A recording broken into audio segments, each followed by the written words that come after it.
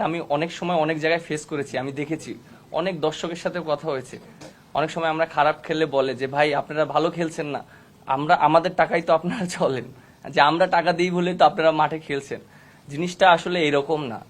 আমরা যে টাকাটা আর্ন করি ম্যাক্সিমাম আইসিসি এবং স্পন্সর থেকে টাকাটা কিন্তু আসে, এবং আজকে যে ক্রিকেট বোর্ডের যে টাকাগুলো আছে, আমার কাছে মনে হয় যারা ন্যাশনাল টিমে ফার্স্ট থেকে এখন পর্যন্ত যারা রিপ্রেজেন্ট করছে, বাংলাদেশের একটা জার্সি পরে খেলেছে, তাদেরও এখানে সেটার একটা অংশ আছে, আমার কাছে এটা মনে হয়। কারণ প্রত্যেকটা মানুষের কষ্টের বিনিময়ে কিন্তু আজকের যে ক্রিকেট বোর্ডের যে টাকা আছে, প্রত্যেকটা মানুষের হক আছে, এবং মাঠে খেলা হচ্ছে বলেই কিন্তু আজকে আমাদের একটা ভালো জায়গায় আমরা ক্রিকেট বোর্ড আছি। তো মাঠে যদি খেলাই না হয় তাহলে কিন্তু স্পন্সরও আসবে না, বা আইসিসি থেকেও যে রেভিনিউটা পাওয়া হয় সেটাও পাওয়া হবে না। বাট আমার কাছে মনে হয় যে আমাদের এটা শুধু ব্যক্তিগত না, এটা প্রত্যেকটা ক্রিকেট ক্রীড়াঙ্গনের জন্য এটা একটা লজ্জাজনক। আর আমার কাছে মনে হয় যে যে উনি যে মন্তব্যটা করেছেন, আমি জানি না উনি কিভাবে করেছেন, বুঝে করেছেন না না বুঝে করেছেন, আমার কাছে এটার কোনো ব্যাখ্যা নাই, তিনি এটা ভালো জানেন। আর আমার কাছে মনে হয় যে তার যে পজিশনের থেকে এরকম মন্তব্য করাটা আসলে ঠিক না। আমার কাছে মনে হয় শুধু এক ক্রিকেট অঙ্গন না, যে কোনো জায়গায় কিন্তু একটা দায়িত্ব অবস্থায় থাকে, এরকম মন্তব্য করা উচিত না। আর আমরা ক্রিকেটাররা যারা আছি, আমরা সবসময় চেষ্টা করি ভালো ক্রিকেট খেলার জন্য, মাঠে ভালো পারফরমেন্স করার জন্য।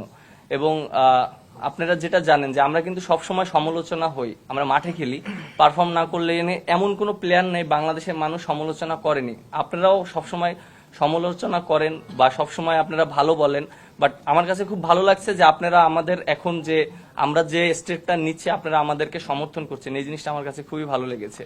এবং আরেকটা ইস্যু নিয়ে কথা বলতে চাই, যে প্রত্যেকটা মানুষের জানা উচিত যে আমরা যে আর্ন করি, আমরা কিন্তু আমরা মনে হয় বেশি ট্যাক্স দেই। হ্যাঁ, আমরা 25 থেকে 30% ট্যাক্স দেই। দ্যাট মিনস আমরা কিন্তু সরকারকে কিন্তু টাকা দেই, এবং অনেকের ধারণা আছে যে সরকার থেকে মনে হয় আমাদেরকে টাকা দেয়, সরকার থেকে আমরা টাকা পাই না।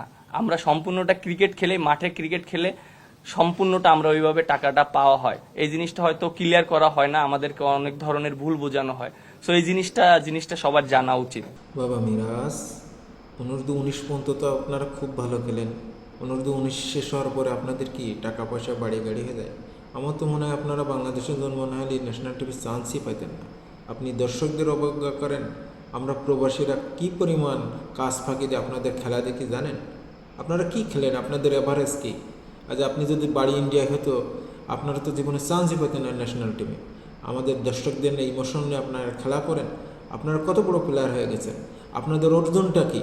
সারা বছর যান ওয়ার্ল্ড কাপ খেলতে, আপনাদের লাস্টে আপনাদের আখের কি? জিরো। আপনারা অনূর্ধ্ব-19 পর্যন্ত প্রত্যেকটা দেশের সাথে ভালো খেলেন। 19-এর পরে যখন আপনাদের টাকা পয়সা বাড়ি গাড়ি হয়ে যায়, তখন আপনারা কি খেলেন? আপনাদের প্রত্যেকটা প্লেয়ারের এভারেজ দেখলে মনে হয় যে আপনারা উগান্ডার প্লেয়ারের থেকেও আপনারা খারাপ খেলেন। আপনারা কি আপনার দর্শকদের অবহেলা করেন, অবজ্ঞা করেন? এই দর্শকরা আসে বলেই আইসিসি বাংলাদেশকে টেস্ট স্ট্যাটাস দিয়েছিল 2000 সালে। আপনি ভুলে গেছেন, এই দর্শকদের আপনি অবজ্ঞা করছেন। আপনি কত বড় প্লেয়ার হয়ে গেছেন আপনারা।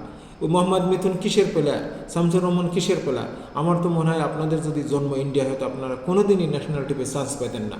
তার কারণ আপনারা এই জনগণ কিংবা এই দর্শকই আপনাদেরকে এই ক্রিকেটটা বাঁচিয়ে রাখছে। আপনারা বাড়ি গাড়ি হয়ে গেছে, আপনাদের দেশের প্রতি কোনো দায়বদ্ধতা নেই। আমরা প্রবাস থেকে কি পরিমাণ কাজ ফাঁকি দিয়ে আপনাদের খেলা দেখে আপনারা সেটা কি জানেন? আপনারা প্রতিবার যান, সেটাকে আপনারা অবজ্ঞা করেন, এবং আপনারা সেটা ঠিকমতো খেলা না করে দেশে ফিরে আসেন। আপনারা হানিমুন করতে যান, আপনারা দর্শকদের অবজ্ঞা করেন। এর তীব্র প্রতিবাদ জানাই।